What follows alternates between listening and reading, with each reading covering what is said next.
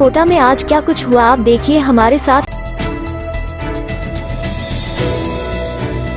Asthma care centre Kota पुलमोएवा foundation society Kota की ओर से एक दिवसीय सेमिनार का आयोजन hotel Meenal residency Bundi road Kota पर रविवार को किया गया। श्वास रोग विशेषज्ञ डॉक्टर केवल कृष्ण डंग ने बताया कि इस एक दिवसीय सेमिनार में श्वास से संबंधित रोग, उनसे बचाव जागरूकता एवं आधुनिक तकनीक से हो रहे उपचार सहित विभिन्न विषयों पर विषय विशेषज्ञों द्वारा व्याख्यान दिए गए, साथ ही नई तकनीक और दवाओं के बारे में विस्तार से बताया, साथ ही भ्रांतियों को दूर किया। इटर्नल हॉस्पिटल के डॉक्टर के शर्मा ने कहा कि लोगों में भ्रांतियां हैं कि इन्हेलर लेंगे तो इसकी आदत पड़ जाएगी, जबकि ऐसा नहीं है। उन्होंने कहा कि श्वास रोग में मुख्य दवा इन्हेलर है और यह पूरी तरह से सेफ है। अस्थमा और सीओपीडी में अलग अलग ट्रीटमेंट है, नई दवाएं भी आई है जो पूरी तरह सुरक्षित और असरकारक है। उन्होंने कहा कि एयरवे डिजीज में डॉक्टर और पेशेंट में जो गैप है उसे दूर करने के लिए इस सेमिनार में विचार रखे गए हैं। उन्होंने कहा कि नींद की बीमारियां, खर्राटे के साथ श्वास का रुक जाना, इस विषय को गंभीरता से लेने की आवश्यकता है। श्वास रोगों को गंभीरता से नहीं लिया गया तो यह मौत का कारण भी बन सकती है। श्वास रोग के साथ होने वाली बीमारियों का समय पर उपचार बेहद जरूरी। डॉक्टर शिवानी स्वामी नारायणा हॉस्पिटल की डॉक्टर शिवानी स्वामी ने कहा कि सांस की बीमारियों के साथ ही स्लीप एपनिया, मोटापा, एलर्जी होती है, इसका उपचार भी बेहद जरूरी है। हम इस तरह की बीमारियों को नजरअंदाज करते हैं। एलर्जी के पेशेंट को अस्थमा होना कॉमन है, जल्दी पिकअप करें तो पेशेंट को symptom relief quality of life दे पाते हैं। उन्होंने कहा कि बच्चों में भी अस्थमा, श्वास रोग ज्यादा हो रहे हैं। पराली जलाया जाना श्वास रोग का बड़ा कारण। डॉक्टर शीतू सिंह राजस्थान हॉस्पिटल जयपुर की डॉक्टर शीतू सिंह ने बताया कि शहर की अपेक्षा गांव में श्वास के रोगी ज्यादा देखने को मिलते हैं। महिलाएं चूल्हे पर रोटी बनाती हैं, पुरुष हुक्का पीते हैं, जिसमें कहा जाता है कि उसके अंदर का पानी फिल्टर कर देता है, लेकिन ऐसा नहीं है। स्टडी में सामने आया कि इससे श्वास रोग ज्यादा होता है। उन्होंने कहा कि देश में सीओपीडी मौत का दूसरा सबसे बड़ा कारण है, जबकि राजस्थान की बात करें तो राजस्थान में सबसे ज्यादा मौत श्वास रोग से होती है। इस ओर ध्यान देने की आवश्यकता है। प्रदूषण को कम किया जाना चाहिए। इसके साथ ही पराली जलाई जाती है, वह एयर पॉल्यूशन का बड़ा कारण है और श्वास रोग इससे होते हैं जो जानलेवा होते हैं। उन्होंने कहा कि इंडस्ट्रियल पॉल्यूशन भी बड़ा खतरा बन रहा है।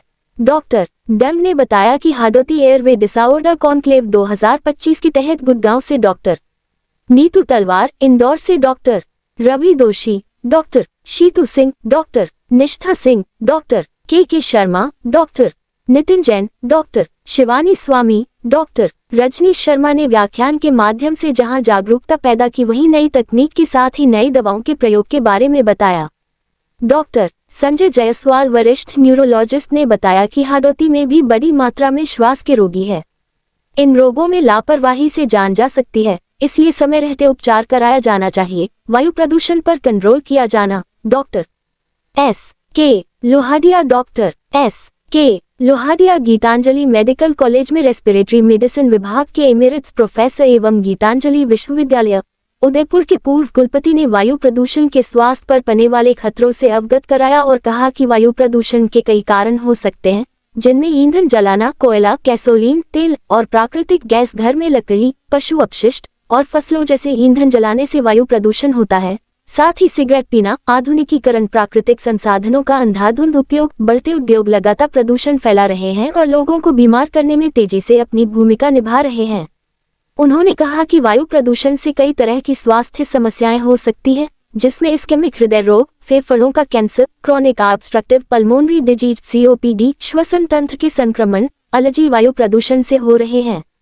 कार्यक्रम में साइकाल के सेशन की मुख्य अतिथि doctor Sangeeta Saxena MD, radiology principal एवं नियंत्रक, राजकीय मेडिकल कॉलेज कोटा थी, जबकि विशिष्ट अतिथि doctor Jagdish Soni, CMHO Kota, doctor S K Goyal, doctor S Sanyal, doctor K Parekh, doctor N K Gupta, doctor C P Meena, वरिष्ठ प्रोफेसर एवं प्राचार्य medical college Baran, doctor Kamlesh Kumar, doctor एचिल परिहार रहे। अस्थमा, सीओपीडी, श्वास रोग को लेकर जनजागृति की आवश्यकताओं।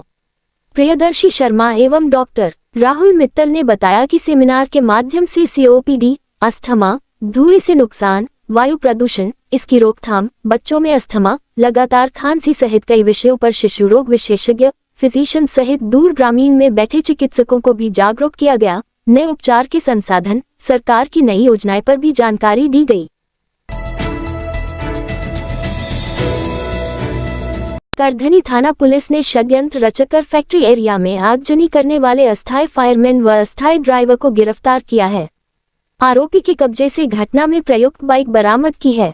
पुलिस उपायुक्त पश्चिम अमित कुमार ने बताया कि पिछले कुछ समय से रिको एरिया सरना डूंगर में हो रही आगजनी की घटनाओं को बाइक सवार 2 अज्ञात युवकों द्वारा किया जा रहा है, जो वर्तमान में फायर स्टेशन में काम करते हैं।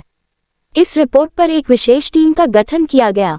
गठित टीम ने मुखबिरों की सहायता से एवं घटनास्थल के आसपास लगे सीसीटीवी फुटेज के अवलोकन से घटना के संबंध में जानकारी जुटाई, तो घटनास्थल के पास एक बाइक पर 2 युवक घटना करने के लिए आते व जाते हुए दिखाई दिए।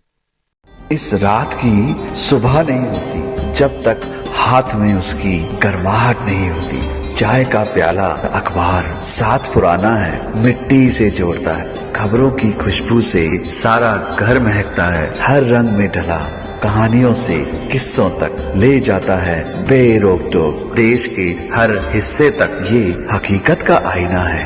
ख्वाबों को सच करके दिखाता है। दैनिक नवज्योति, आपके लिए, आपके साथ।